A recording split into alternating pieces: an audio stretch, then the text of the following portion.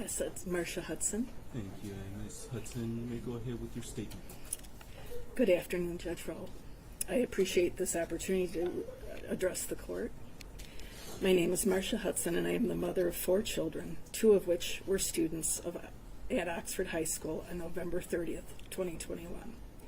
My daughter graduated from Oxford High School in June of 2022, and my son, a freshman during the 21-22 school year, is now a junior at Oxford High School. Before November 30th, 2021, my daughter would always wake up with a smile on her face. Cheerful, confident, optimistic, caring, and as reported by her teachers, often seen laughing with her friends, making TikTok videos in the hallway, and basking in the glow of what was starting off to be an amazing senior year. Life was finally getting back to normal, having just experienced a global pandemic, and her outlook was bright. Before November 30th, 2021, she loved attending football games with her friends, going to dances, playing soccer, planning events, and engaging in her studies. Life was good, as it should be when you are young and full of life. She was trusting of others, always ready to lend a helping hand, and was thrilled to be accepted into Miss Getz's mentoring class, for she truly cared about the well-being of everyone within the walls of Oxford High School. She wanted to make a difference for others. On the morning of November 30th, she joined Tate, Kylie, and the rest of the mentorship class to deliver their Bully Buster lessons at Oxford Middle School, serving as mentors and friends to these younger students. After the shooting, things have changed significantly for many of us, my daughter included. She still has trouble falling asleep and quite often awakens several times throughout the night. Loud sounds, sirens, and sudden movements cause an uncontrollable reaction in her. She involuntarily begins to shake. She drops to the ground, covering her head, and begins to cry. Like many of her friends and members of our community, she has been traumatized. She has been formally diagnosed with PTSD, anxiety, and depression by her medical doctors.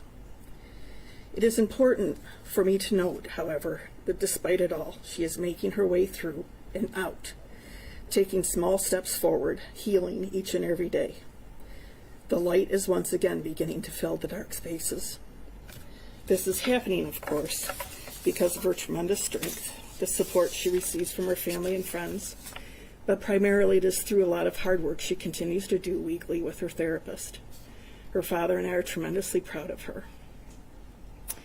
She is currently a pre-med major at Michigan State University, and despite everything she has endured and watched her friends endure, her faith in humanity is slowly returning. She is determined not to let the evil acts that she witnessed take anything more away from her. As a mother helping to navigate not just my children's emotional and mental health, but that of my own, I too recognize the ways in which I have been affected by this senseless act of violence. The events of November 30th, 2021 have rocked the very foundation of what I have known to be good and right about the world.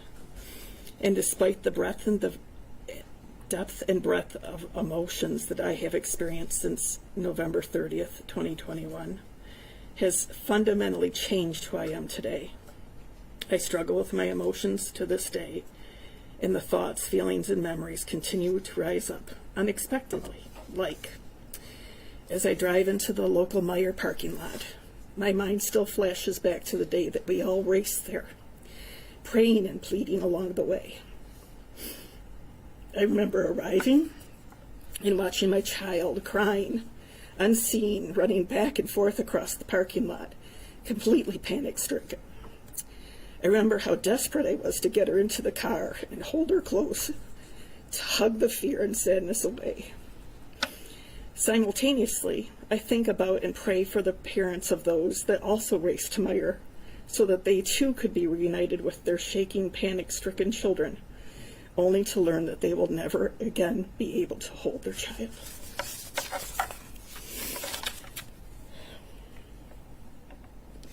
These emotions are triggered by memories.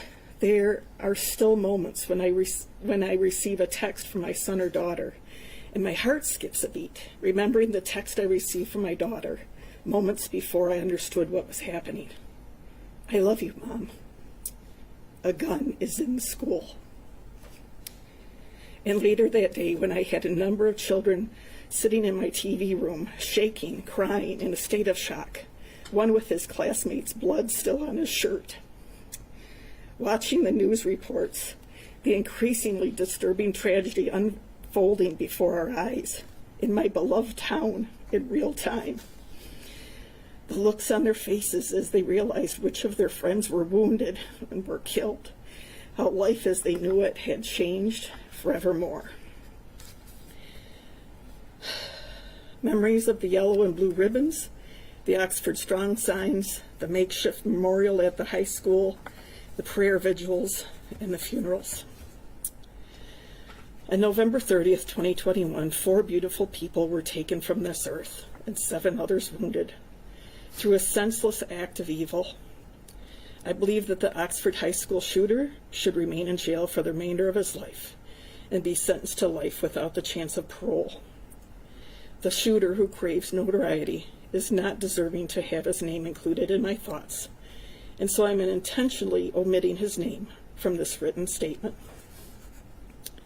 I do, however, wish that his parents would have provided him with the love and care that he deserved and was begging for seemingly all his life. I will never mention the shooter's name ever again. Instead, I choose to take this opportunity to remember and honor our victims. Multi-talented Justin for his heroism, his wit, and wisdom.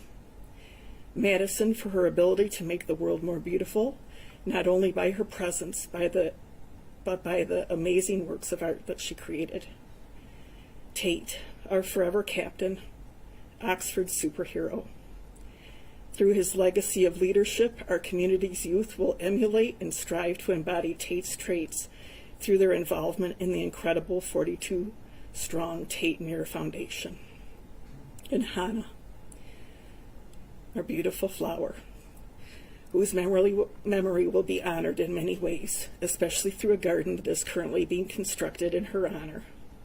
We will all care for Hannah's garden. We will visit and remember and bask in both its beauty and her memory. Their legacies, their beauty, their love of life, and the gifts they bestowed to others. We will remember you, Tate Muir, Hannah St. Juliana, Madison Baldwin, and Justin Schilling, forevermore. Love wins. Thank you for your statements this afternoon, Mills.